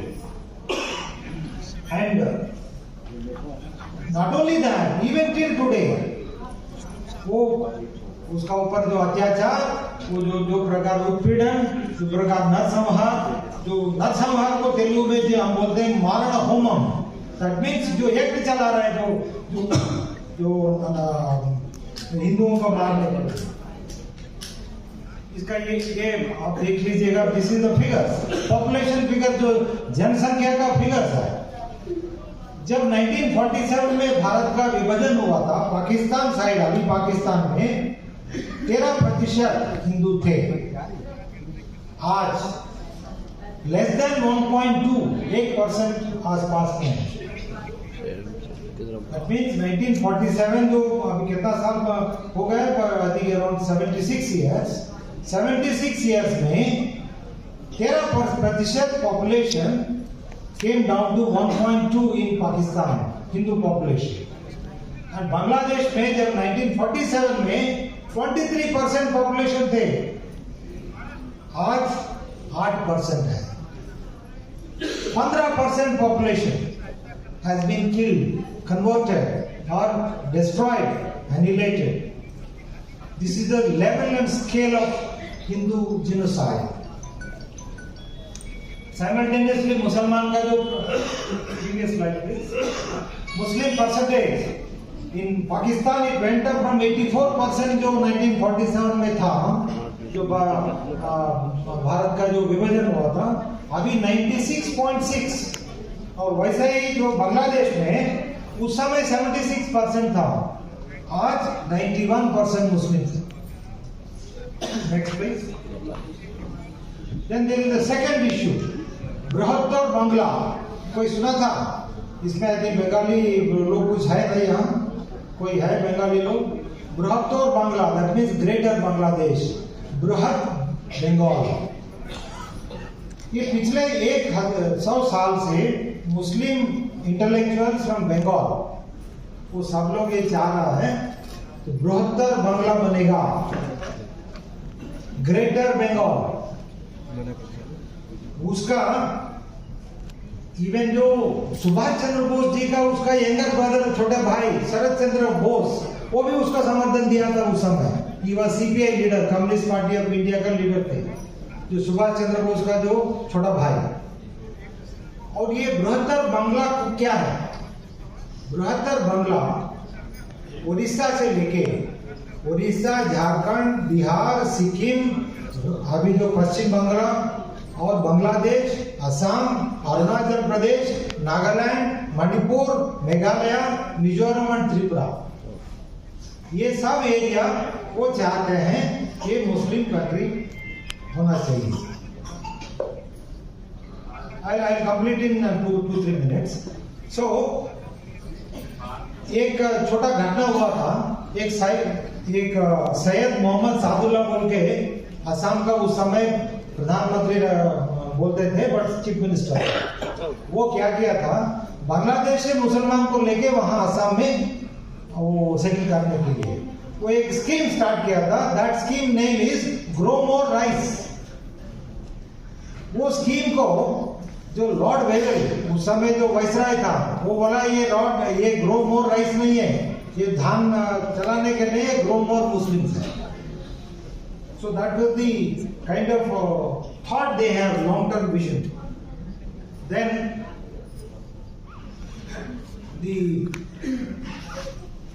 अभी जो कुछ लोग मुझे पूछ रहा था, when I was working in Manipur and also in my Calcutta में IGCRP रहा, जब इतना जो अत्याचार हो रहा है, जो हिंदू बांग्लादेश छोड़ के भारत को क्यों नहीं आते? बहुत लोगों को ये प्रश्न उत्पन्न होना चाहिए, बट इसको नहीं आने देते। Hindus in Bengal and Pakistan are under constant vigil. कारण क्या है? एक तो वो वहां से इधर आने से जो बृहत्तर बांग्ला नहीं हो पाएंगे, बिकॉज अगर उधर से हिंदू इधर आके जो बॉर्डर एरिया में अगर सेटल हो गया तो ये border areas will not become Muslim majority, so they only send Muslims as illegal immigrants to India. That is why today, as per the UN population report, more than 4 crore Bengali Muslims are residing in India. This is the United Nations population उसका जो figure है. Then जो one of the good things ये जो present government has done was the citizenship amendment act 2019 में हुआ था, नहीं 2019 और 20, आई थिंक 2019। उसमें क्या है, 2014 से पहले जो भी माइनॉरिटीज पाकिस्तान, अफगानिस्तान और बांग्लादेश से जो परसिक्यूटेड माइनॉरिटीज भारत में आ चुके हैं, जो आने वाला का नहीं है, जो आ चुके हैं, उसको सिटीजनशिप देने के लिए कुछ प्रावधान बनाया था। उसके बाद में आप सब लोग देखा, याद होगा, शाहीन बाग प्रोटेस्ट हुआ था, याद है? हाँ जी, याद है। कभी नहीं भूलेंगे, बहुत अच्छी बात है। और पूरा देश भर anti CAA, anti citizenship amendment act उसका हुआ था। इसका मूल कारण बहुत कम लोग जानते हैं। इसका मूल कारण ये है, जो बृहत्तर बांग्ला जो हमने जो बोला था, उसका जो plan, they do not want that Hindus to come here, even अगर छोटा भी अगर उसको कुछ बेनिफिट मिले, जितना जो बांग्लादेश में हिंदू है वो सब इधर आ जाएगा। So their plans will be adversely affected in creating Bangladesh, बृहत्तर Bangladesh. So that is the reason why they protested against CAA, which was giving only very minor benefits to Hindus and others who came from Bangladesh and less number of people from Pakistan. इसका बारे में जो last तुलसी Gabbard जो director national intelligence जो USA का जो Trump appointment किया है, उसका एक छोटा वीडियो चला दें please. The height of this persecution actually began 50 years ago when Pakistani army systematically murdered, raped, and drove. As a member of Congress, I introduced the resolution actually began 50 years ago when Pakistani army systematically murdered, raped, and drove in 1971 was the beginning of a systematic targeting Silence, please. by the Pakistani military. It began in Hindu neighborhoods. नहीं भैया मत बोलिए ना. Sir, I just forwarded Okay. because Okay, she has वो जो हमें America का जो तुलसी गबार्ड जी है, she also condemned it, but explained the problem. Then जो जितना जो हमारा मीडिया है, जितना हमारा इंटेलेक्चुअल्स है, बुद्धिजीवी लोग हैं, कोई इसके बारे में बात नहीं करते हैं. हम हिंदुओं भी हम भी बात नहीं करते हैं. Their silence is actually encouraging jihadis. अगर वो उसको खंडन करते थे, then वो डेफिनेटली उसका ऊपर कुछ ये प्रभाव पड़ता होगा. But these people are silently supporting the jihadis. तो 1971 में जो भारत सेना का जो सेनापति थे श्याम मानेकशॉ, एमसी में जो before that please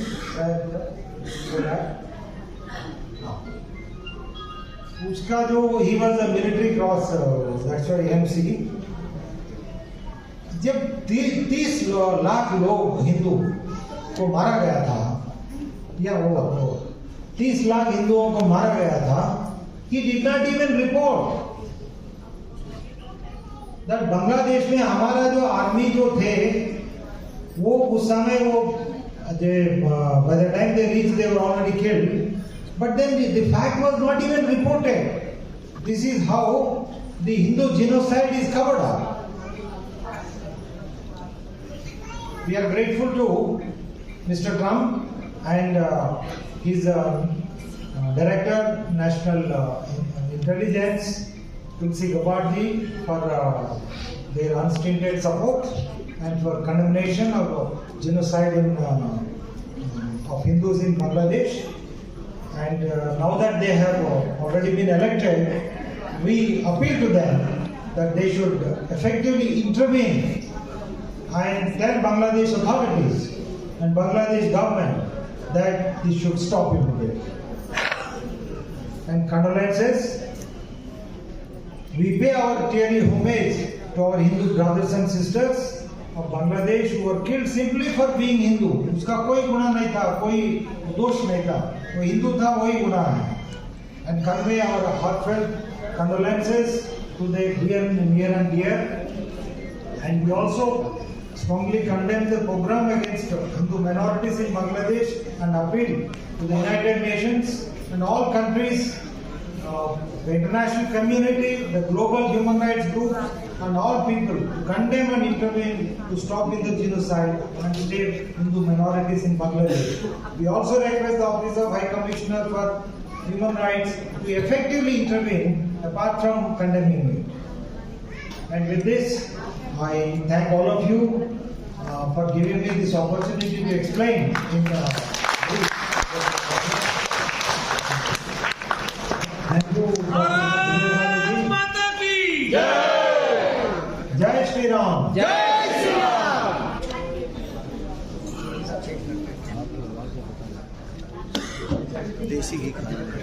Thank you so much, Nageshwar ji, for such an enlightening session. Thank you so much. Now I request International President of VHP, Dr. Alok Kumar ji, बहुत ही आदरणीय है हमारे, प्लीज आकर अपना व्यवहार यहाँ पे रखें. Please give him a big round of applause.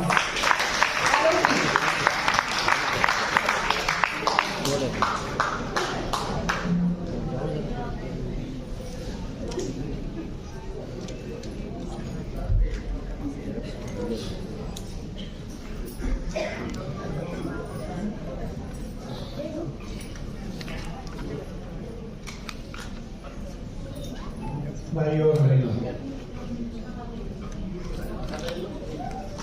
मैंने अभी एक इंटरव्यू पढ़ा आज. वो इंटरव्यू एक स्मृतिकरण विश्वास नाम की महिला है. जब वो इंटरव्यू लिया गया था तो वो अपने 90s में थी, पर जब वो 12 साल की थी और नौकरी में रहती थी तब जो उनका अनुभव हुआ वो मैं आपको बताता हूँ। नोआखली में एक अफवाह हो गई कि एक कोई तांत्रिक आए हैं, वो तांत्रिक यज्ञ कर रहे हैं और उस यज्ञ में मुसलमानों के रक्त की आहुति डाली जाती है। ये खबर झूठी थी और नोआखली में बहुत भयंकर दंगे हुए। उसके बाद 10,000 से अधिक हिंदुओं को अपना स्थान छोड़ना पड़ा। उन्हीं दंगों में से एक स्थान पर वो अपने परिवार के साथ एक स्कूल के अंदर के कमरे में छुपी हुई,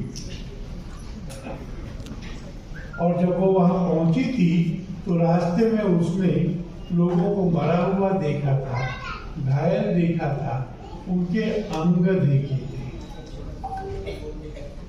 और सब लोग वहां पे उस कमरे में ऐसे फंसे हुए थे कि हिलने डुलने की भी जगह नहीं। इसकी एक कुछ महीने की छोटी बहन थी, अपने पिता की गोद में थी, और सब प्रयत्न करने पर भी उसका रोना बंद नहीं हो रहा था। उसका मुंह बंद करा, उसके मुंह पर हाथ रखा, पर किसी भी तरीके से उसको शांत नहीं कर सके। और तब उसके पिता ने सोचा कि इसका शोर होगा, दंगाई आ जाएंगे, हम सब मरेंगे, अब बचने का उपाय इसका है कि मैं इसका गला दबाऊं।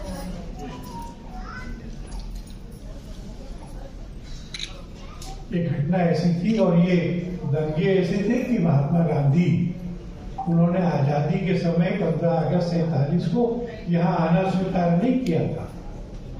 वो वहां रहते थे, 7 महीने रहे थे, 7 महीने नंगे पैर रहे थे, रोज पैदल चलकर दूसरे गांव में जाते थे, उस गांव के किसी झोपड़ी में सोते थे। बाद में पाकिस्तान बन गया, ये पूर्वी पाकिस्तान था, नोआखली का सारा क्षेत्र पाकिस्तान में चला गया। पर ये जो दंगे 1946 में हुए नोआखली में, ये लगातार सीरियल बन गया। हर कुछ सालों के बाद में कुछ खबर होती है, कुछ छोटी सी उत्तेजना होती है, और उस उत्तेजना के कारण वहां दंगे हो जाते हैं। हिंदुओं की संपत्ति, हिंदुओं का प्राण, हिंदुओं का सम्मान कैसे कैसे कारण बन जाते हैं। एकदम 2021 की बात कहता हूं, तो एक जगह पर पूजा के एक पंडाल में हनुमान जी के नीचे पैरों के पास सेनाओं ने पाकिस्तान के कब्जे से मुक्त कराया था। आज उस बांग्लादेश के अंदर भारत के बहुसंख्यक हिंदू समुदाय के लोगों का जिस प्रकार से बांग्लादेश के अंदर उत्पीड़न हो रहा है, उसके विरोध में, उसकी निंदा करते हुए हमने आज का कार्यक्रम आयोजित किया है, जिसमें विश्व हिंदू परिषद के अंतर्राष्ट्रीय अध्यक्ष आदरणीय श्री आलोक कुमार जी, CBI के पूर्व निदेशक M नागेश्वर राव जी और पूज्य संत डॉक्टर लोकेश मुनि जी महाराज अपने वाणी से इस मुद्दे के ऊपर प्रकाश डाला। सर, आज कांग्रेस की बात करें तो जिस तरह सदन के अंदर लगातार हंगामा देखने को मिला, अडानी मुद्दे को लगातार कहीं ना कहीं उठाया जा रहा है, इलेक्शन के अंदर भी कहीं ना कहीं इसी मुद्दे को लेकर कहीं ना कहीं विपक्ष चलने वाला है। देखिए, हर लोकतंत्र के अंदर पक्ष और विपक्ष दोनों होते हैं। पक्ष जहां अपना पक्ष रखता है वहां विपक्ष पक्ष को गिराने की कोशिश करता है, लेकिन पिछले 3 चुनावों में जिस प्रकार से कांग्रेस और उसके सहयोगी दलों को चुनावों में मात खानी पड़ी है, मैं उसके ऊपर और कुछ नहीं कहूँगा। जो अभी महाराष्ट्र में हुआ है और जिस प्रकार से भारतीय जनता पार्टी नरेंद्र मोदी जी के नेतृत्व में दोबारा शासन में आई है, ये दर्शाता है कि आज भी भारत की जनता नरेंद्र मोदी जी के नेतृत्व में विश्वास रखती है। खड़ा नहीं रह सकता। जो हमारा दुख है वो विश्व का दुख है, और हिंदुओं के साथ हो रही प्रताड़ना और उत्पीड़न बांग्लादेश में हम सब के लिए, न केवल भारत में अपितु विश्व के संपूर्ण हिंदू समाज के लिए एक बहुत बड़ी चुनौती है। और मुझे आशा और अपेक्षा है जिस प्रकार से वहाँ पर एक साधु को अरेस्ट किया गया है, उनकी तुरंत रिहाई होगी और उनके साथ न्याय भी। जागना होगा, हिंदुओं जागना होगा, यही संदेश आज पूरे विश्व को जाना है। मैं अशोक। देखिए, मेन उद्देश्य तो ये है कि कहीं ना कहीं से शुरुआत की जाए, जन जागरण की शुरुआत की जाए और बांग्लादेश में हो रहे दुर्भाग्यपूर्ण घटनाक्रम के ऊपर भारत के लोग क्या सोचते हैं और जो न केवल हिंदुओं के प्रति उत्पीड़न के प्रति हमारे पड़ोस के अंदर जिस प्रकार से हिंदू समुदाय का उत्पीड़न हो रहा है, एक हिंदू होने के नाते ये मैं अपना फर्ज समझता हूँ कि हम इन दुर्भाग्यपूर्ण घटनाओं के प्रति न केवल भारतीय समाज का अपितु वैश्विक स्तर के ऊपर भी जन जागरण करें, ताकि वैश्विक स्तर से प्रेशर के माध्यम से बांग्लादेश की सरकार को इस बात के लिए चेताया जाए वहाँ हो रही दुर्भाग्यपूर्ण घटनाएं केवल उस देश तक ही सीमित नहीं है, वो हमारे को भी दुख देती हैं और दुख कोई भी एक दूसरे को देना नहीं चाहता। सर, जिस प्रकार से वहाँ से आई हैं और दूसरे जो है वो वहाँ पे प्रधानमंत्री जी नियुक्त हुए हैं, तो तब से घटनाएं ज़्यादा देखने को मिल रही है। मेरा कुछ कहना है 5 अगस्त 2024 को बांग्लादेश की 10वीं चुनी हुई प्रधानमंत्री को जिस प्रकार से अपने देश को छोड़ने के लिए मजबूर होना पड़ा, अपनी जान बचाकर जो भारत की शरण में आई, इससे बड़ी दुर्भाग्यपूर्ण घटना नहीं हो सकती है। और जिसको वैश्विक नोबेल पुरस्कार से नवाजा गया, ऐसे मोहम्मद यूनुस के नेतृत्व में आज भी निरंतर जो घटनाएं हमारे कानों में पड़ रही हैं और अभी कुछ ही 2 घंटे पूर्व जिस प्रकार से बांग्लादेश में काली मंदिर को ध्वस्त किया गया, हम उससे दुखी हैं, हम उसकी निंदा करते हैं और आशा करते हैं बांग्लादेश की आर्मी, बांग्लादेश की सरकार इन दुर्घटनाओं को होने से और इनकी पुनरावृत्ति होने पर तुरंत सख्ती से रोक लगाएगी। चिन्मय कृष्णा जी की जो गिरफ्तारी हुई है, इस पे क्या कहना है? चिन्मय जी ने बांग्लादेश में हिंदुओं पर हो रहे अत्याचारों के विरोध में जो आवाज़ उठाई है, उस आवाज़ के विरोध में जिस प्रकार का झूठा पुलिस केस FIR दर्ज कर उनको प्रताड़ित किया जाता है, वो वास्तव में निंदनीय है। सर, तमाम आप जागो और औरों को जगाने की कोशिश भी करो। और जैसे कि अभी प्रमुख वक्ताओं ने कहा, अपनी शक्ति को पहचानो। अगर भक्ति को हम पहचानते हैं तो शक्ति को भी उजागर कर अपने समाज की रक्षा करने का अधिकार हम सबको रहना चाहिए। Thank you sir.